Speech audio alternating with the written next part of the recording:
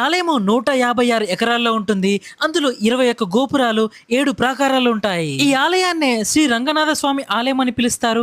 ఇది ఎక్కడో కాదు, తమిళనాడులో శ్రీరంగంలో ఉంటుంది. ఆలయం దగ్గర కనిపించే ఈ రాజగోపురము మన ఏసియాలోనే అతిపెద్ద రాజగోపురము. దీనిని కట్టించడానికి దాదాపు 400 సంవత్సరాలు పట్టింది. ఇక్కడ ఆశ్చర్యకరమైన విషయం ఏంటి అంటే, ఈ ఆలయం మధ్యలో ఇండ్లున్నాయా లేకపోతే ఇండ్ల మధ్యలో ఆలయం ఉందా అని కన్ఫ్యూజన్ కి గురవుతాం.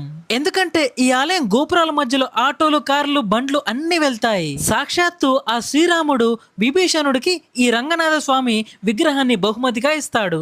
విభీషణుడు ఆ విగ్రహాన్ని లంకకి తీసుకుని వెళ్తుండగా దారి మధ్యలో విశ్రాంతి తీసుకుందామని ఆ విగ్రహాన్ని కింద అయితే పెడతాడు. అలా విగ్రహాన్ని కింద పెట్టిన తర్వాత ఆ విగ్రహం ఎంత కదిల్చినా కూడా పైకైతే లేవదు. కింద పెట్టిన ప్రదేశమే శ్రీరంగం. ఇక్కడే ఆ స్వామి వారు కొలువై ఉన్నారు. ఈ ఆలయంలో అన్ని గోపురాలు ఒక కలర్ లో ఉంటాయి. ఈ గోపురం మాత్రం వైట్ కలర్ లో ఉంటుంది. ఈ గోపురాన్ని